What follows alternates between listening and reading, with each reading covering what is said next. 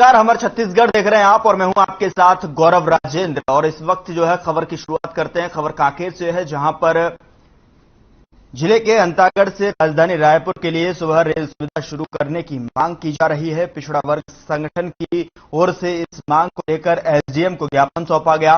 Raipur rail मंडल को संबोधित ज्ञापन में कहा कि वर्तमान में दुर्ग के लिए सुविधा दी गई है, इससे अंतागढ़ के लोगों को लाभ नहीं मिल रहा है।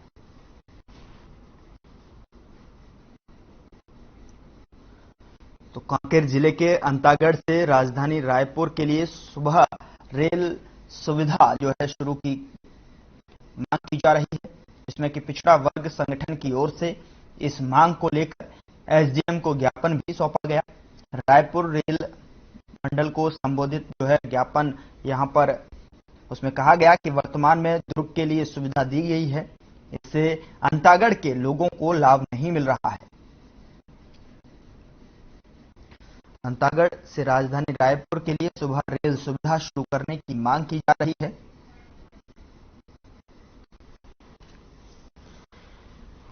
कांकेर जिले के अंतागढ़ से राजधानी रायपुर के लिए सुबह रेल सुविधा शुरू करने की मांग की जा रही है। पिछड़ा वर्ग संगठन की ओर से इस मांग को लेकर एसडीएम को ज्ञापन सौंपा गया। रायपुर रेल मंडल को संबोधित ज्ञापन में कहा गया कि वर्तमान में दुर्ग के लिए सुविधा दी गई है, इससे अंतागढ़ के लोगों को लाभ नहीं मिल रहा है।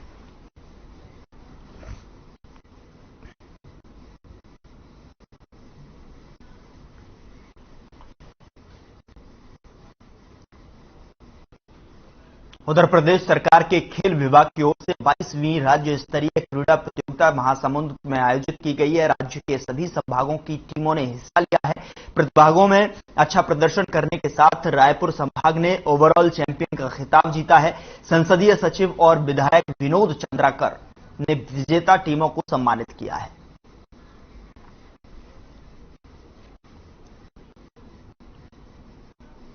तो यहां खेल विभाग की ओर से 22वीं राज्य स्तरीय क्रीड़ा प्रतियोगिता आयोजित की गई। राज्य के सभी संभागों की टीमों ने यहां हिस्सा लिया। साथ ही प्रतियोगिता में अच्छा प्रदर्शन करने के साथ साथ रायपुर संभाग के ओवरऑल चैंपियन का खिताब जीता। संसदीय सचिव और विधायक विनोद चंद्राकर ने विजेता टीमों को यहां पर सम्मानित भी किया है।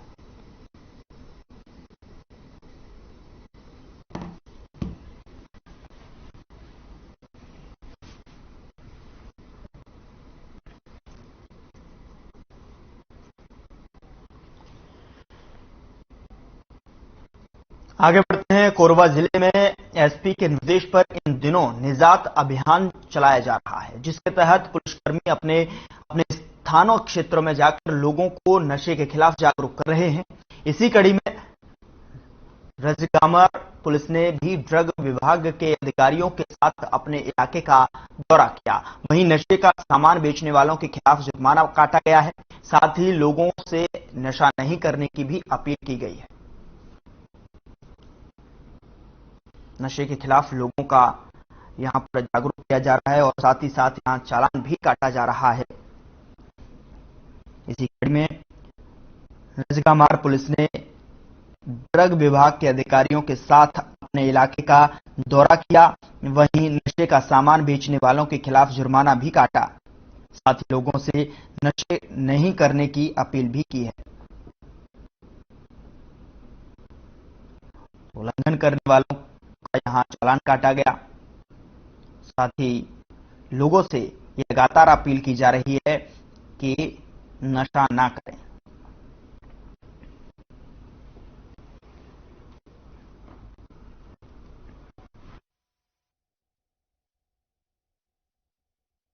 आज को रजगामर में रजगामर और के साथ में जो है आपका नियम के तरीकों से प्रबंध किए गए हैं। इसमें मुख्यतः जो दुकानदार हैं, पान खाने वाले हैं, इनको जो है तंबाकू युक्त पदार्थ बिक्री के संबंध में जानकारी दिया गया है। रोड से किलोमीटर के बाला में उनको बिक्री नहीं करना है और स्कूल के 100 मीटर के अंतर्गत में कोई भी तंबाकू युक्त पदार्थ है उसको बिक्री में पूरा प्रतिबंध है।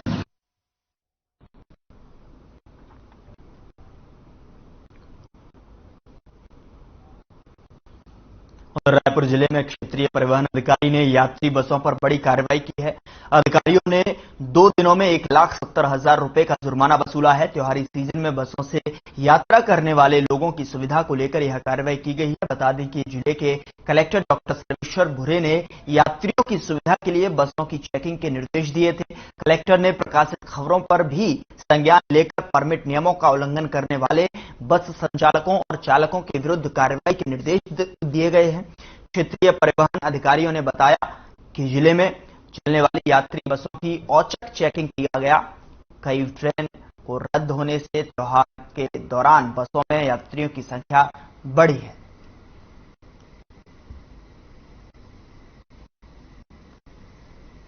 अधिकारियों ने 2 दिन में 1,70,000 रुपए का जुर्माना वसूला। साथ ही त्योहारी सीजन में बसों में यात्रा करने वाले लोगों की सुविधा को लेकर यह कार्रवाई की गई है। तो वहीं बता दें कि कलेक्टर ने प्रकाशित खबरों पर भी संज्ञान लेकर परमिट नियमों का उल्लंघन करने वाले बस संचालकों और चालकों के विरुद्ध कार्रवाई के निर्देश दिए हैं। क्षेत्रीय परिवहन अधिकारी ने बताया कि जिले में चलने वाली यात्री बसों की औचक चेकिंग की गई। कई ट्रेन को रद्द होने से त्योहार के दौरान बसों में यात्रियों की सुविधा को देखते हुए यात्री जो हैं बसों से सफर कर रहे हैं, जिसमें कि यात्रियों की संख्या साफ तौर पर बढ़ती हुई नजर आ रही है।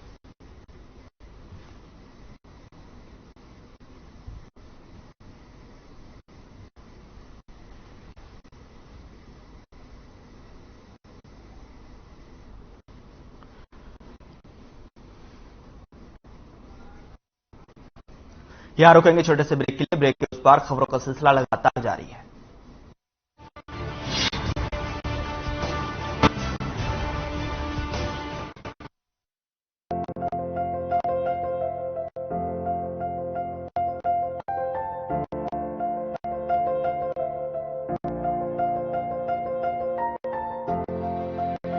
Success does not only depend upon hard work, but consistent hard work.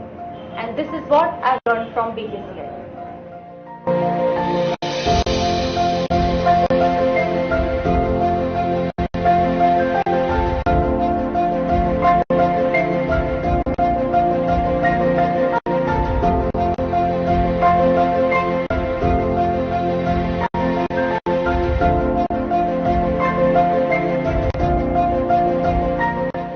My name is Tulika Yadav and my overall rank is 96 Chhattisgarh PAT 2022. I was from biology stream and changing my stream from biology to agriculture was a difficult decision, like for many of you now. I would suggest you to ask your seniors, take ground report. What you will get is BKCI is the best.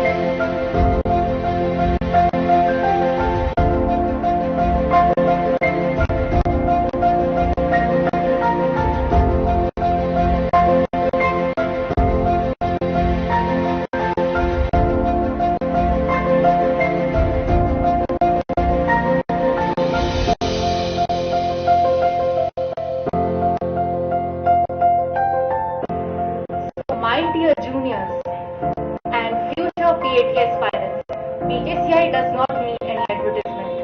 Its ex-students are its true advertisement. As our Honorable Director Sir always says, BKCI is not an institution, it's family. And I'm very proud to be part of BKCI. Thank you. सफलता की राह में BKCI के साथ मैं Lakshman Shah, my PAT rank is 22. My name is Anil Sahu, a student of BKCI. My overall rank 30. Myself Akif Khan, student of BKCI. My overall rank is 51. मेरा नाम कौशल कुमार साहू है और मेरा CGPAT में ओवरऑल रैंक 49।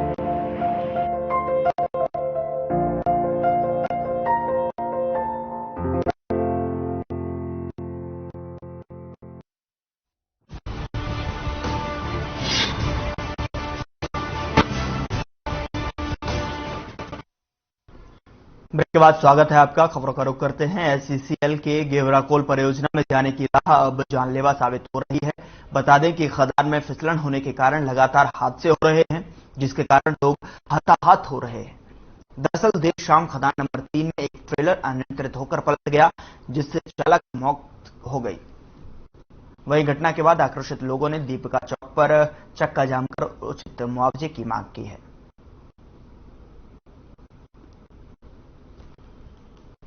तस्वीरों में आप देख सकते हैं लोगों ने यहां पर चक्का जाम कर जो है मुआवजे की मांग की है। ये एसईसीएल के गेवराकोल परियोजना में अब जाने की राह जो है जानलेवा साबित हो रही है। उसको लेकर खदानों में लगातार फिसलन देखने को मिल रही है, जिसके कारण हादसे हो रहे हैं और जिसके चलते लोग हताहत हो रहे हैं। दरअसल देर शाम खदान नंबर 3 की अगर बात करें तो वहां पर एक ट्रेलर अनियंत्रित होकर पलट गया, जिससे चालक की मौके पर ही मौत हो गई। वहीं घटना के बाद आक्रोशित लोगों ने दीपिका चौक पर चक्का जाम कर उचित मुआवजे की मांग की है।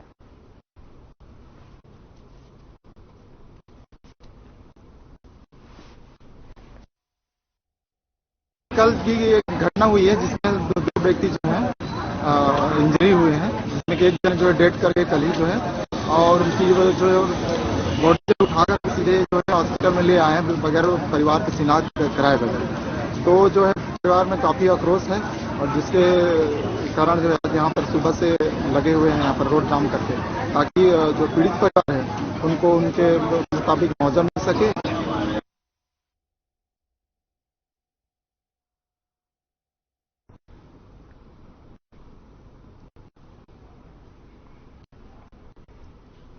26 सितंबर से नवरात्र पर्व की शुरुआत हो रही है। इस पर्व को लेकर जिले के देवालय में आवश्यक तैयारियों का सिलसिला जारी है। मंदिरों की सजावट करने के साथ श्रद्धालुओं को सुविधा देने के लिए स्थानीय स्तर पर काम किया जा रहा है। सर्वमंगला मंदिर का प्रबंधन भी इस पर्व के लिए तैयारियों में जुटा हुआ है। पंडित योगेश उपाध्याय ने बताया कि हजारों की संख्या में ज्योतिष कलश प्रज्वलित किए जाने की संभावना है। अब तक काफी लोगों ने इसके लिए रुचि दिखाई है। तो जोरों पर शारदीय नवरात्र की तैयारियां हैं। हजारों की संख्या में ज्योति कलश जलेंगी, क्योंकि सर्वमंगला मंदिर का प्रबंधन भी इस पर्व के लिए तैयारियों में जुटा हुआ है। पंडित योगेश उपाध्याय ने बताया कि हजारों की संख्या में ज्योति कलश प्रज्वलित किए जाने की संभावना है। अब तक काफी लोगों ने इसके लिए रुचि दिखाई है।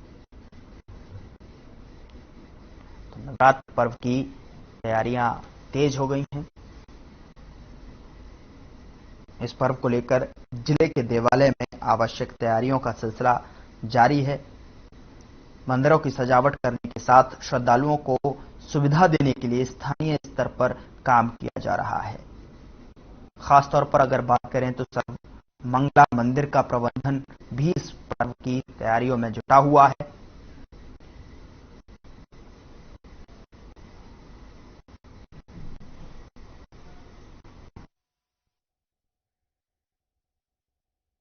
नवरात्र 26 तारीख से प्रारंभ हो रही है, 4 तारीख तक चलेगी, लगनी पड़ेगी 4 तारीख तक। और अभी हमारे यहाँ तेल का 5700 रिसीव कर चुका है और 700 लीटर।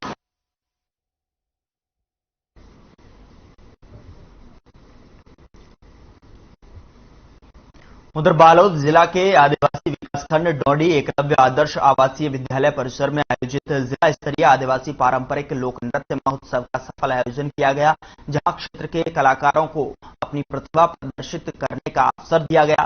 लोक नृत्य पर आधारित इस महोत्सव को देखने के लिए कई लोग आए और कलाकारों का हौसला बढ़ाया। वहीं इसके साथ ही संसदीय सचिव कुंवर सिंह और मंत्री प्रतिनिधि पीयूष सैनी ने सरकार के इस प्रयास की सराहना की है।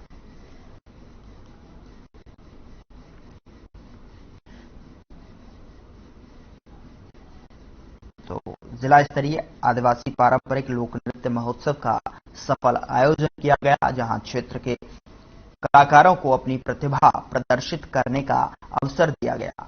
लोक नृत्य पर आधारित इस महोत्सव को देखने के लिए कई लोगों का आए और साथ ही साथ कलाकारों का यहां पर हौसला बढ़ाया गया। वहीं इसके साथ ही संसदीय सचिव कुंवर सिंह और मंत्री प्रतिनिधि पीयूष सैनी ने सरकार के इस प्रयास की सराहना की।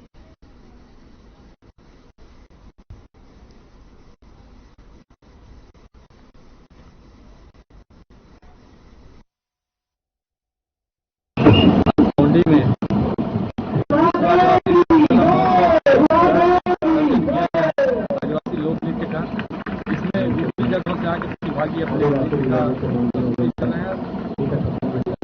के बाद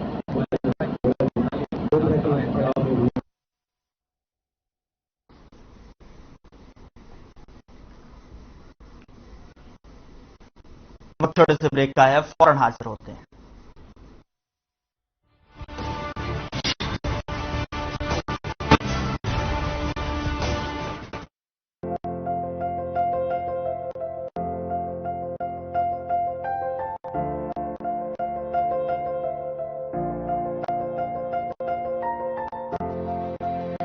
Success does not only depend on hard work, but consistent hard work. And this is what I've learned from BKCI.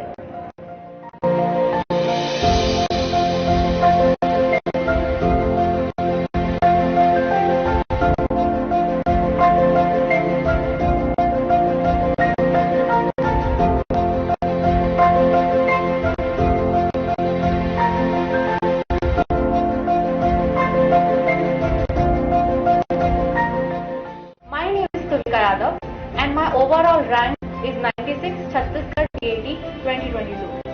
I was from biology stream and changing my stream from biology to agriculture was a difficult decision, like for many of you now. I would suggest you to ask your seniors, take ground report. What you will get is BKCI is the best.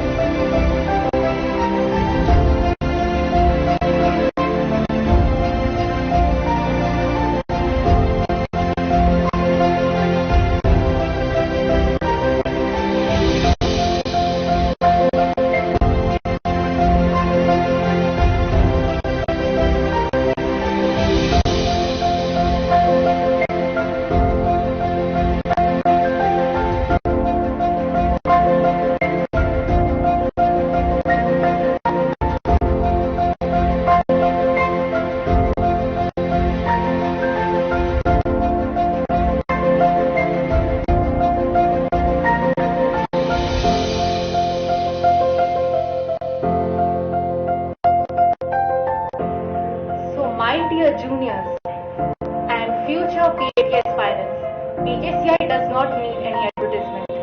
Its students are its true advertisement. As our Honorable Director Sir always says, BKCI is not an institution, it's family, and I'm very proud to be part of BKCI. Thank you. सफलता की राह में बीकेसीआई के साथ मैं Lakshman Shah, my PAT rank is 22. My name is Anil Sahu, a student of BKCI. My overall rank 30. Myself Akif Khan, student of BKCI. My overall rank is 51. मेरा नाम कौशल कुमार साहू है और मेरा CGPAT में ओवरऑल रैंक 49।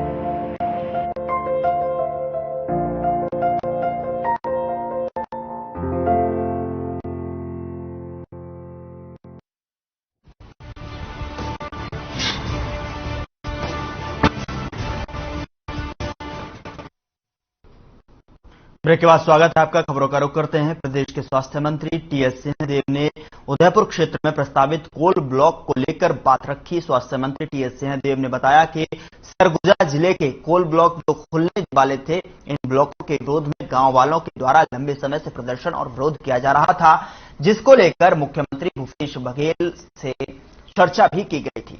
मुख्यमंत्री भूपेश बघेल के द्वारा परसा कोल ब्लॉक के इंडक्शन फेंडरखी कोल ब्लॉक जो खुलने के लिए प्रस्तावित थे, उन्हें होल्ड करने की सहमति मुख्यमंत्री भूपेश बघेल ने दे दी है। अब सरगुजा क्षेत्र में प्रस्तावित तीनों कोल ब्लॉक नहीं खुले जा सकेंगे।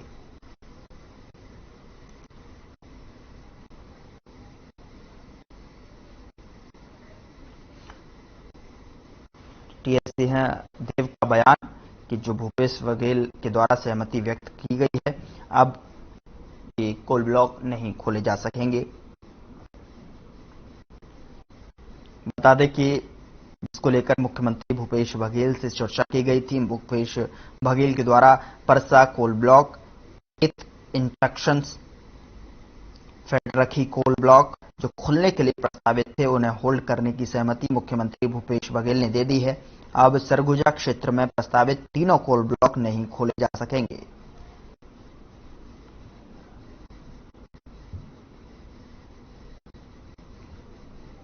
प्रस्तावित कोल ब्लॉक को लेकर बात रखी तो वहीं स्वास्थ्य मंत्री टीएस सिंहदेव ने बताया कि सरगुजा जिले को कोल ब्लॉक जो कि खुलने वाले थे, इन ब्लॉकों के विरोध में गांव वालों के द्वारा लंबे समय से प्रदर्शन और विरोध किया जा रहा था, जिसको लेकर मुख्यमंत्री भूपेश बघेल से चर्चा की गई थी।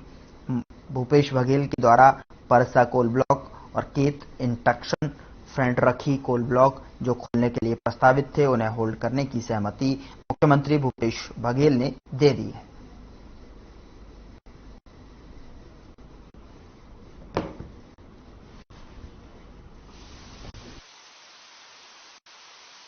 अब एक असमंजस की स्थिति बन गई थी, क्योंकि ऐसा लग रहा था कि व्यापक आंदोलन है और जन सैलाब, जनमत एक तरफ है कि आगे काम नहीं होना चाहिए। मैं भी वहां गया था, मैंने भी अपनी बात वहां रखी थी कि गांव वालों की राय के अनुसार ही काम होना चाहिए और मैं आगे खड़ा रहूंगा। कभी ऐसी परिस्थिति आएगी उसमें दिक्कत नहीं होगी। उस समय भी मुख्यमंत्री जी से बात हुई थी और मुख्यमंत्री जी ने भी ये कहा था कि नए कोई माइंस की एरिया में जाने की बात नहीं है, गांव वाले नहीं चाहेंगे तो वहां पर माइन चालू काम नहीं होगा।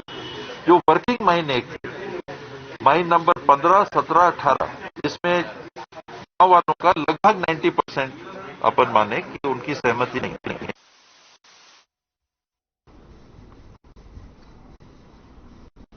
उधर सक्ती में सीएम के आगमन को लेकर जिला प्रशासन सतर्क हो गया है। आपको बता दें कि सीएम भूपेश बघेल बिलासपुर संभाग के विभिन्न जिलों का दौरा करने वाले हैं, जिसको लेकर जिला प्रशासन पूरी तरह से सक्रिय है।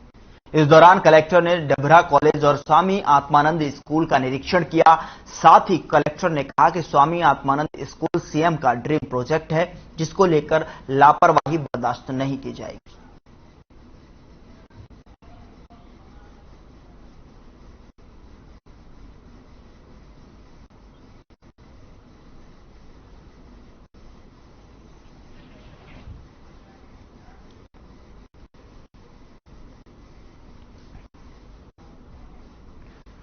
उधर जांजगीर में आरटीआई कार्यकर्ता मुकेश केवट को जन सूचना अधिकारी से जानकारी मांगना भारी पड़ गया। बताया जा रहा है कि पंचायत सचिव और जन सूचना अधिकारी ने आरटीआई कार्यकर्ता के साथ अभद्रता की, साथ ही जान से मारने की धमकी भी दी। बता दें कि आरटीआई कार्यकर्ता ने पंचायत में हुए शौचालय निर्माण की जानकारी मांगी थी, जिसके बाद जन सूचना अधिकारी ने जानकारी देने से मना कर दिया।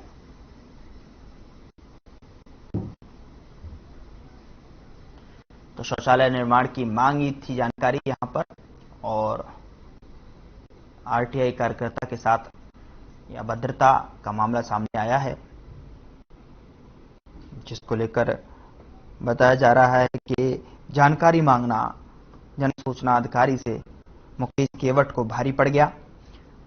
वहीं आरटीआई कार्यकर्ता के साथ अभद्रता की गई, साथ ही जान से मारने की धमकी भी दी। बता दें कि आरटीआई कार्यकर्ता ने पंचायत में हुए शौचालय निर्माण की जानकारी मांगी थी, जिसके बाद जन सूचना अधिकारी ने जानकारी देने से मना कर दिया।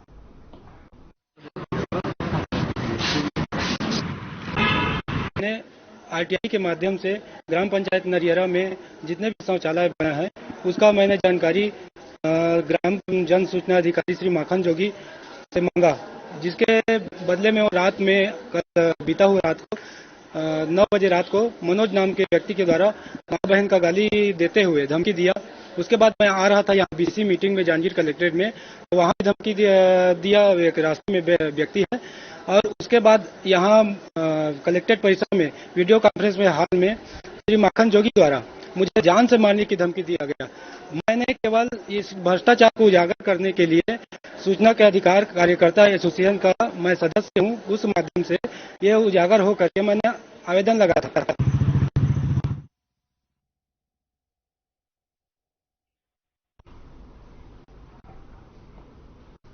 फिलहाल बुलेटिन में इतना ही। नमस्कार।